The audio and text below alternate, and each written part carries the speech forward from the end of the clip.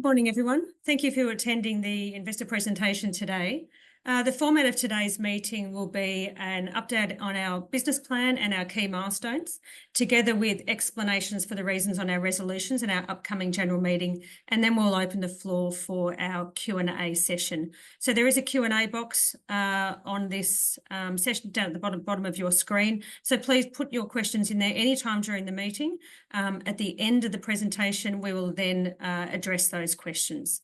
Thank you. I'll now pass over to Bob. Great, Melanie, thank you very much. If you could put the presentation up. Firstly, I'd like to welcome everyone to the meeting. I really appreciate everyone making the time today to attend. I know it's been a little while since we've had an update, and we've been working diligently since the beginning of the year to try to get things restructured. We shared a little bit with everyone at the AGM on our plans for restructuring, but now it's time to start to put a little bit more meat behind things. And so I'm very pleased to have the opportunity to present today. If you go to the second slide, are you seeing the slides? Okay, I'm not seeing the slides right now. Are they being? Yep, they're up there. Okay, great. Joining me on the call today are parts of our management team and leadership team. Ward Detweiler recently joined us as Chief Business Officer. We're very happy to have Ward participating with Imagion. He has experience in image analysis, MRI image analysis in particular, which is really where we need to go. As we've developed the imaging agents that we'll go through today, you'll see that a lot of the future of this has to do with the image interpretation, and Ward brings that to the table for us, as well as having relationships with a lot of the key players in the market in that space. Also on the call is Melanie Lydon, who is our co-sec and is a non-executive director of the company, and Brett Mitchell, who recently also joined us as a non-executive director, and I thank them for their participation today. If you go to the next slide, I just want to walk briefly through the sort of the story for Imagion. I know everyone here is a shareholder, and hopefully everyone knows the story well, but I thought it would be good to sort of reiterate for everyone exactly what it is we're doing and why it's important that we're doing it. We consider ourselves a clinical stage biotechnology company developing molecular imaging agents primarily, although our technology also has the potential to work for drug discovery, or excuse me, for drug delivery. We're currently focused on the imaging side of things. Our lead product is one for the detection of HER2 nodal disease in breast cancer, but we also have developed a pipeline of products, particularly looking at prostate cancer and ovarian cancer, and we'll talk just a little bit more about that as we go through. If you go to the next slide, I don't think I have to remind everybody of this, but there is a strong unmet medical need for this type of technology. Reminding everyone that today we have many types of ways to screen for cancer, but invariably, in order to diagnose the patient having cancer, you have to do a biopsy. And that's because today our imaging methods are not well suited for being able to determine whether or not something that they see as being suspicious is actually benign or malignant. And that's the gap that we're trying to deal with with our technology. That is, can we use imaging to actually confirm the presence of cancer and not just identify something suspicious? So if you go to the next slide, we try to develop a simple way for this to be depicted. So here on the left, you see that conventional imaging methods are used to be able to identify a suspicious lesion or something that doesn't look quite right. But again, normally we would then need to do a biopsy to determine that.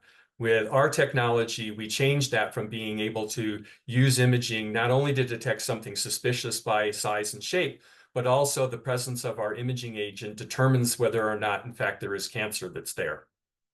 So that really changes the utility of imaging from being something that is an aid in being able to help determine whether or not they need to do a biopsy to potentially being able to actually be used from a diagnostic perspective. If you go to the next slide, we'll talk a little bit more here about specifically reminding folks how that technology actually works. And so these are actually examples of images from our phase 1 study in HER2 breast cancer.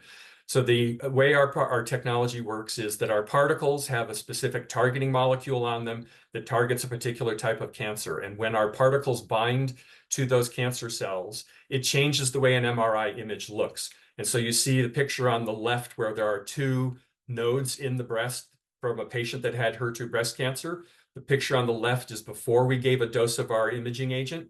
And the picture on the right is what the nodes look like after our imaging agent has been applied. And what you see is about a 30% change in the contrast in those nodes. And that change in contrast is associated with the presence of our particles. So now not only does the radiologist have the ability to look at that node and say, it looks irregular in shape or in size, but I also see that the MagSense imaging agent is there, and that means it's there because it's bound to tumor cells. And now I need to worry about whether or not that person has metastatic disease in their lymph nodes.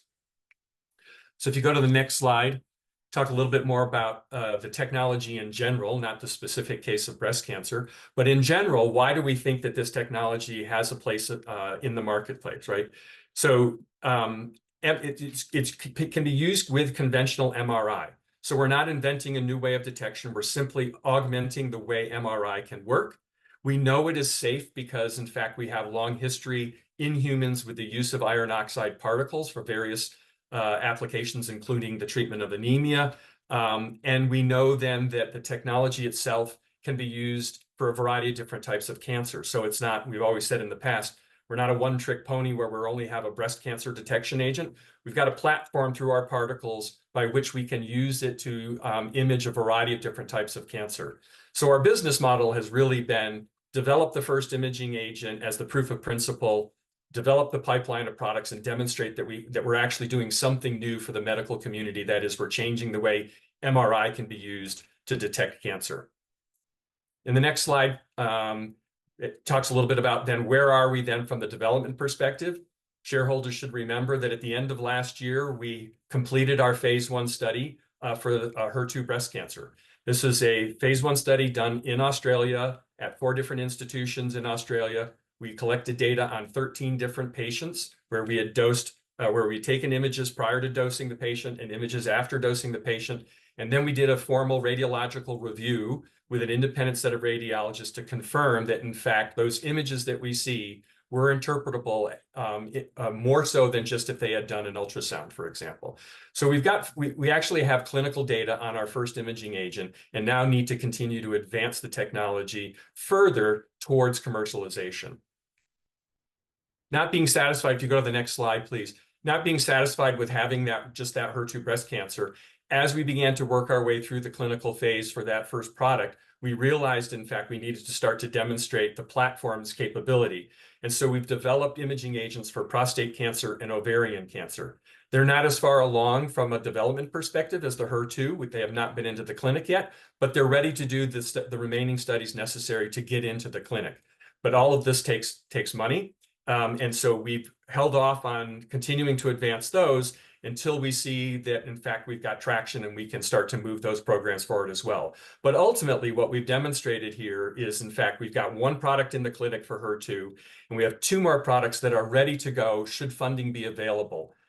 And we'll talk a little bit more about what that looks like from a strategic perspective in a couple more slides. Next slide, if you would.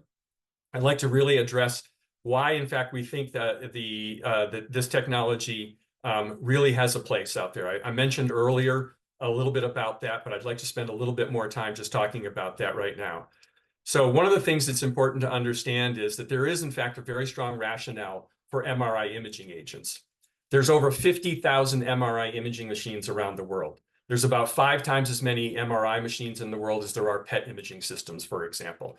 So if we're looking at the ability for this technology to impact patients around the world, really doing an imaging agent for MRI has a much more global impact than if we were, for example, to focus on radiopharmaceuticals or radio tracers. We believe that there's a real opportunity there and that strategic imaging partners should be interested in that because of the pervasiveness of MRI imaging agents, or of MRI systems, excuse me. We also know, for example, that imaging agents in general are already part and parcel of the imaging field. People are probably familiar with imaging agents for other types of technology. There are CT imaging agents. There are barium contrast agents. There are PET tracers. Gadolinium is often used with MRI. So we're not asking the industry to do something different than they're already used to doing, but we're offering a new way to do it with MRI and bringing a capability to MRI that doesn't exist, and that is the targeted molecular specificity of our detection technology. What's also nice is that using this type of technology fits very well with the current clinical workflow. We're not changing the way a physician or the physicians treating a patient would need to do anything. Radiological review is still already part and parcel of what a oncology patient has to go through. But here we're adding something to the capability for the radiologist to do there, and potentially avoiding biopsies on patients that don't need a biopsy because their results are negative. We've done some health economics on this. So one of the things early on in the work that we did here was not only identifying that there was a market opportunity, but what do we think in terms of our ability to actually get paid for this? So we've done health economics across all three of these different products: breast cancer, prostate cancer, and ovarian cancer. And in all cases, the use of our technology would actually save the healthcare system expense on a per patient basis. If we are able to eliminate biopsies on patients that don't need them, but we focus on using imaging in the proper way to try to triage the patients past the initial screening protocols, we can actually save the healthcare system costs, and therefore there's a place economically for us in the system to get reimbursed for these products. So if you go to the next slide, we think that that whole rationale then marries well with our focus on strategic partnering, right? So the idea here is that we're bringing something new to the table that imaging companies should be interested in having access to. We've always said that as a small company, it's unlikely that we're going to try to commercialize this on a global basis by ourselves. But our job is to try to develop the technology to a point where it becomes attractive to a strategic partner. And so again, what I said earlier, these types of companies in this space are already familiar with the use of imaging agents to augment the actual systems, hardware systems that are out there. And the cancer market itself in general is growing. And in the diagnostic imaging space, use of contrast media is the fastest growing element of the imaging business. So we think we're well positioned to participate in that space, and use with our pipeline well positioned to potentially attract a strategic partner. And in fact, if you go to the next slide, you'll see that this is in fact how this industry is working. So recently as this year, there have been a couple of deals in this space in particular. Hologic having acquired Endomagnetics earlier in the year for $300 million. Now their product was already approved through the clinic. So they were further advanced than we were, but you can see the kind of valuation that a company gets when their technology actually makes it through to the clinic. More recently, Lantheus made an investment in a radio tracer company. That investment has future potential milestones based on how that company further develops that technology. And this is exactly the play that we've been talking about trying to get to. How do we get to a point where our technology is positioned well enough to be able to attract those types of partners? Part of the reason that Ward has joined us, as I said earlier, is his connections in this industry, and that's the focus of his and my attention largely is keep advancing the technology, but now let's start to go reach out to those companies, because we know that in this space, they don't do all the early stage development themselves. They look for partnerships, they look for opportunities to acquire technology that they won't necessarily develop themselves, but that they then have the commercial depth to be able to bring to market. So if you go to the next slide, we'll talk a little bit about where we are as a company then and what we need to do. So in order to be able to attract those strategic partners, we can't sit on just the phase 1 data that we have. We need to continue to develop the products themselves, bring them further along, because every stage along the way as we develop it is taking risk for that commercial partner out of the picture. And so our current plan right now is to resume where we were with the HER2 breast cancer product, pursue an IND, which is an investigational new drug application with the FDA, because we need to go get more clinical data. 13 patients is not sufficient to go get approval for the product, but we do need to do the next phase of development, which is to optimize the dose, improve the imaging protocols so that we could then go on to do our formal clinical study. Our goal right now would be to raise enough funds in the immediate future to be able to pursue that IND and pursue that phase 2 study so that we can then further develop that technology. If we had sufficient funds, we would also then begin to further develop the prostate cancer and ovarian cancer products. Those products each have larger market opportunities than the HER2 breast cancer product. So one might argue, well, why aren't you prioritizing those versus the other? And that's because they're still at an earlier stage and there's still a little bit of risk involved with them.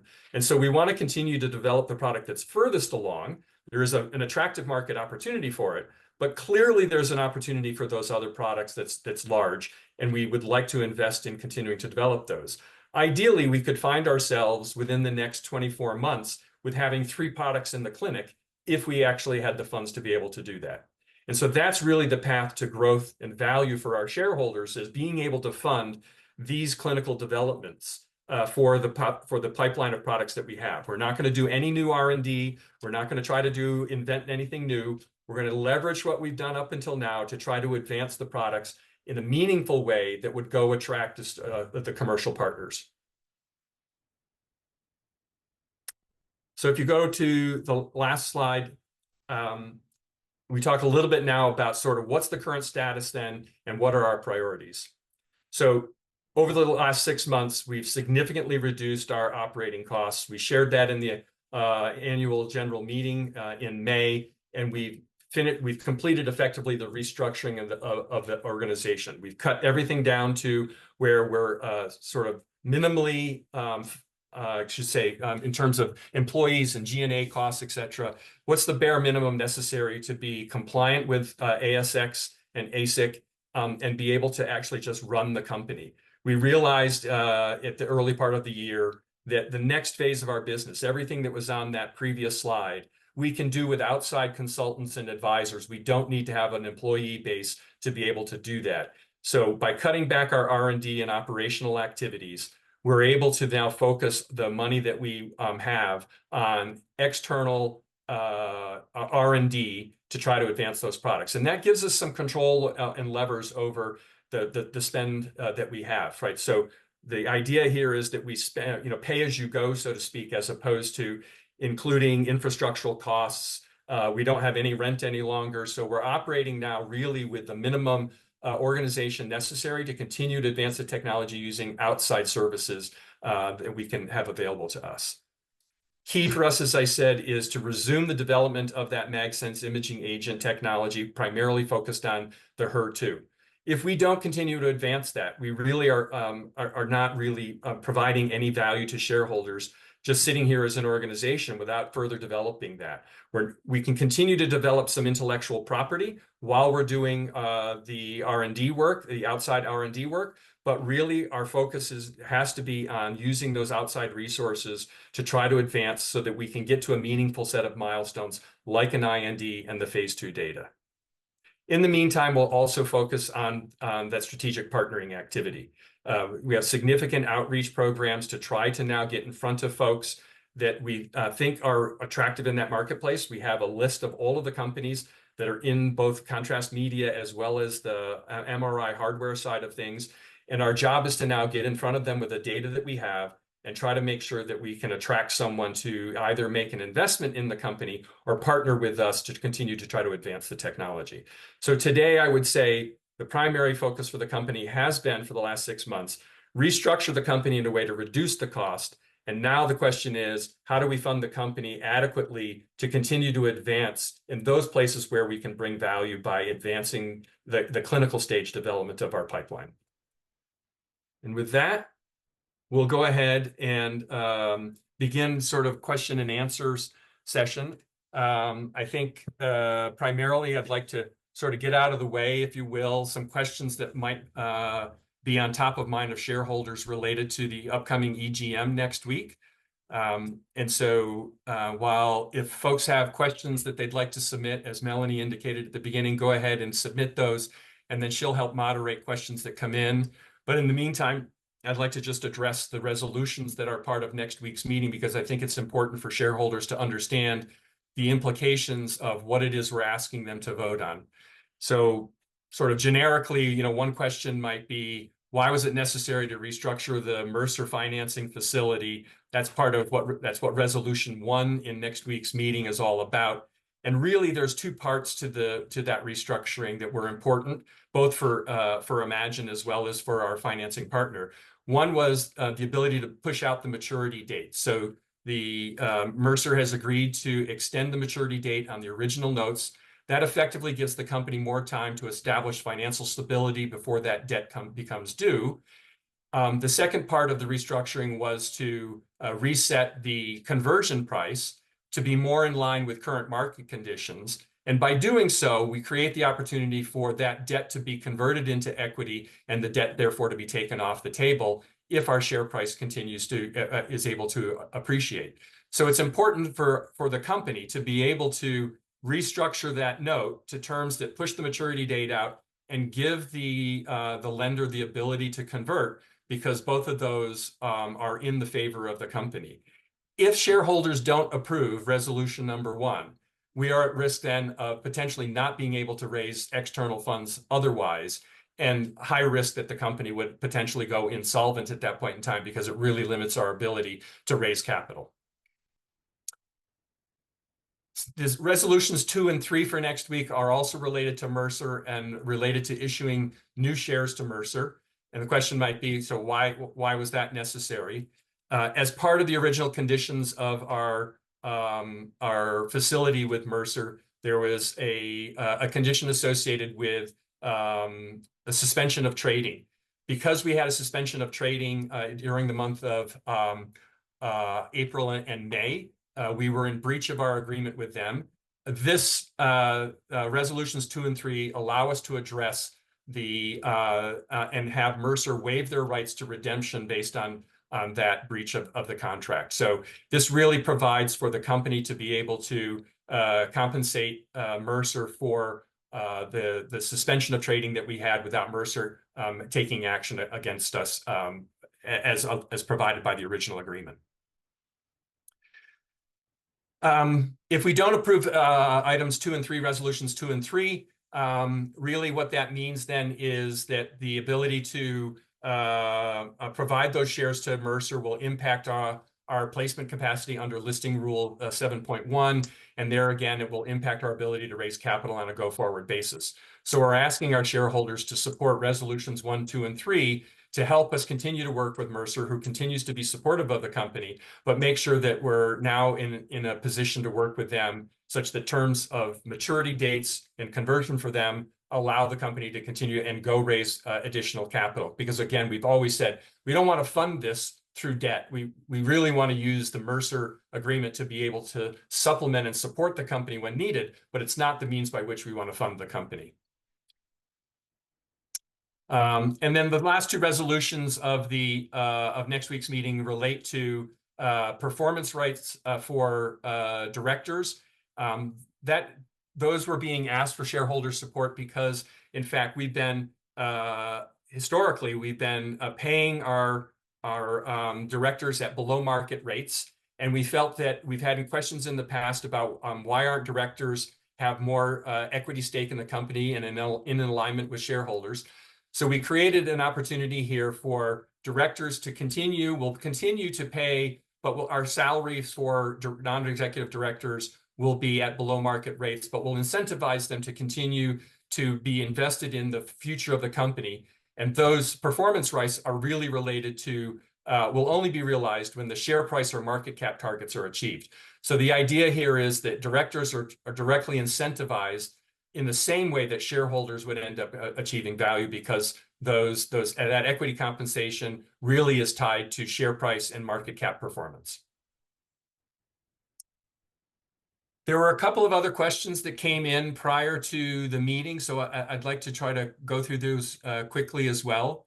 One question that came in from shareholder was effectively, where is IBX at with getting on with the products back in bringing revenue into IBX? So hopefully I addressed that with that slides, but effectively I'll just recap there. The next stage for us is to continue to try to develop and move forward with the phase 2 study for HER2 breast cancer, because we think that will bring the most value in terms of potentially attracting strategic partners. And the most immediate step to be able to do that is we first have to file an IND, because we need to do that study in the United States where we have access to more patients. As shareholders might remember, it took us a while to do the study in Australia simply because of the limited number of patients that are there. So we can't do the next step of development only in Australia. We need to be able to add the United States where we have access to a larger patient pool. A second question that came in was, is IBX still going to be working with Siemens, or where's the relationship with Siemens at? Yes, in fact, Siemens has continued to be supportive of our work.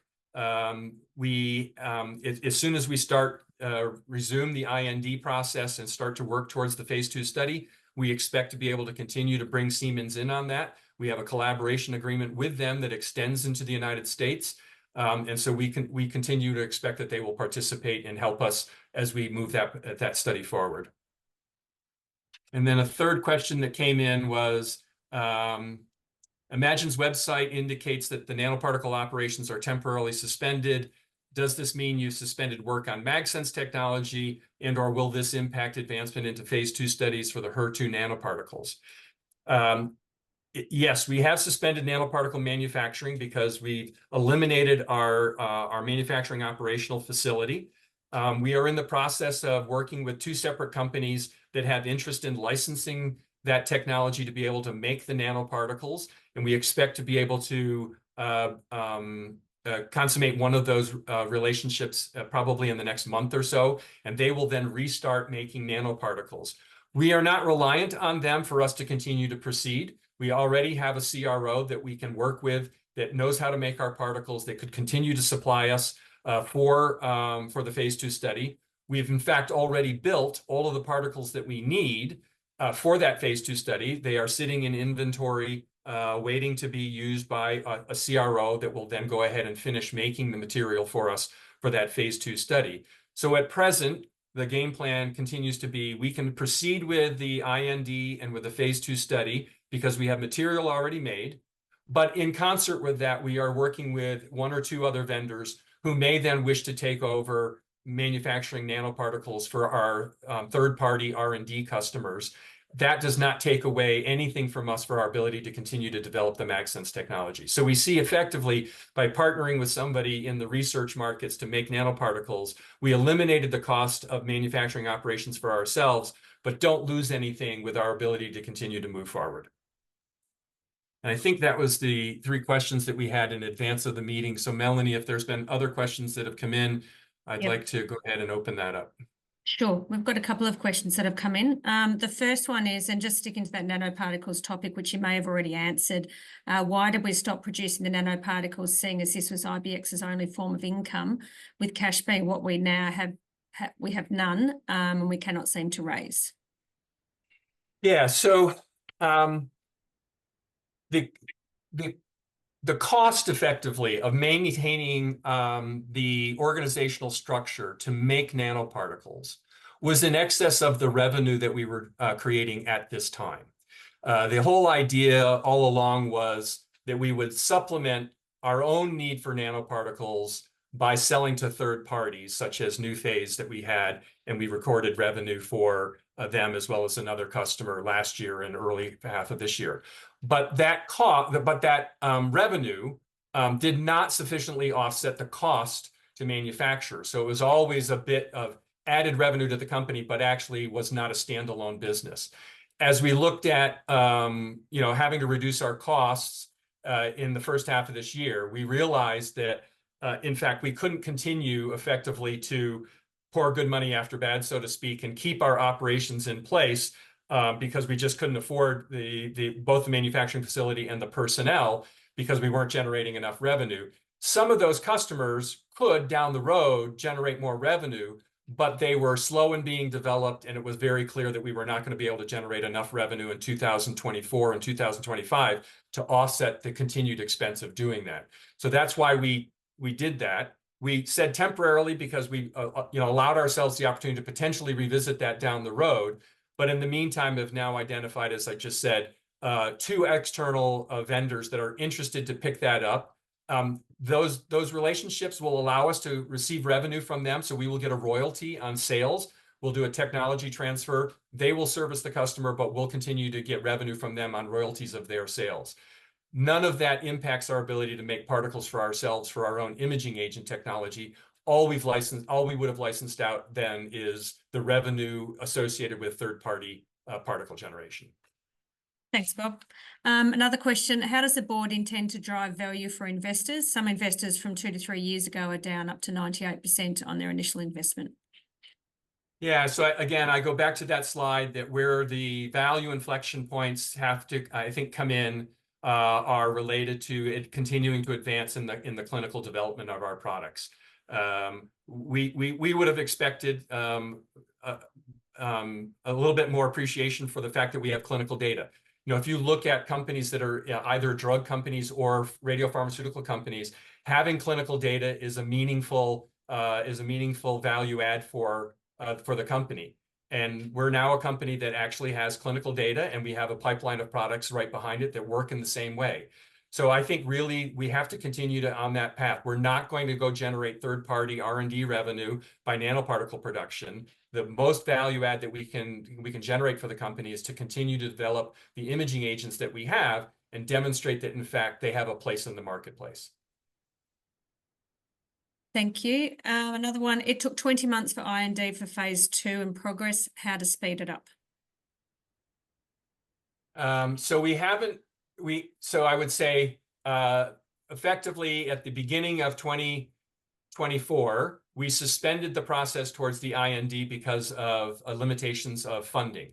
So in fact, we had made very good progress in the period of, let's say, about May of 2023 through November of 2023. The majority of the IND package is now ready to go, but we now have to pick back up, but we suspended that activity. So I think it's not quite an apples to apples comparison to say it's taken 20 months to get there. We've actually really started the IND process sort of mid last year, worked on it for 6 months, suspended it because we did not have the funding at the beginning of this year, but now want to continue and fund that. And I expect we've got about 6 months, realistically, considering the time it takes to submit and get FDA review of it. We still have about 6 months of activity to go there. But in fact, we've made very good progress with at the beginning, before the end of last year, and that package is ready to get resumed. And that's really what the next level of funding has to be. The use of funds for any capital raise that we do going forward has to be focused on getting us into that IND. Thank you. What assurances can you give what assurances can you give shareholders on continued further investment if the clinical data IBX has so far and additional data will actually drive shareholder value? Yeah, so I think we go back to that slide that shows partnerships in the industry and that they pay for further development, right? If you looked at that slide, most of those companies were either already commercial or were well along in their clinical development. So it's very typical in the drug industry as well as in the imaging industry that the partners want to see as much risk taken out as possible. They're willing to get involved at a relatively early stage if they see the path is relatively low risk. But in fact, they don't typically get involved at the preclinical stage of things. And so this is what we've said all along, is that we had to get into the clinic. We had to demonstrate that it was safe to be administered to humans, that we had some reasonable expectation that it was going to work, which I think we now have with our 13 patients and the radiological review. And every step we take along the way, even getting an IND, would give a strategic partner comfort that, in fact, this has been reviewed by a body like the FDA, which is the most stringent regulatory body in the world, and we'd be given permission to go ahead and proceed with testing of additional patients. So I think really the only assurance I can give investors is that that's the way the industry works. There's clear evidence of that. And that slide I showed is two examples, even in 2024, where partnerships by the larger companies really drive investment into earlier stage development companies like Imagion. Thanks, Bob. There's no further questions through the Q&A box. Great. Well, I'd like to thank everyone who's attended today. My understanding was there was a rather long list of attendees, and I'm very grateful for people to have taken the time to join us today.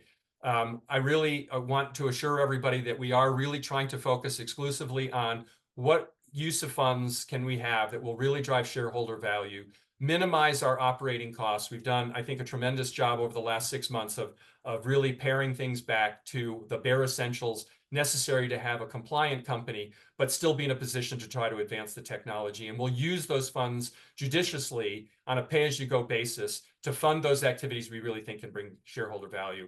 I really hope that we have shareholder support for our meeting next week. Those resolutions are important for our ability to continue. As I said, the consequences of not approving them really could be difficult for the company to continue to raise capital. But we have support from Mercer. We'll use that money judiciously, but we need that support in order for us to continue to advance. So again, I say thank you to everyone who's participated today and look forward to giving you an update down the road. Thank you, everyone. We will now close the webinar.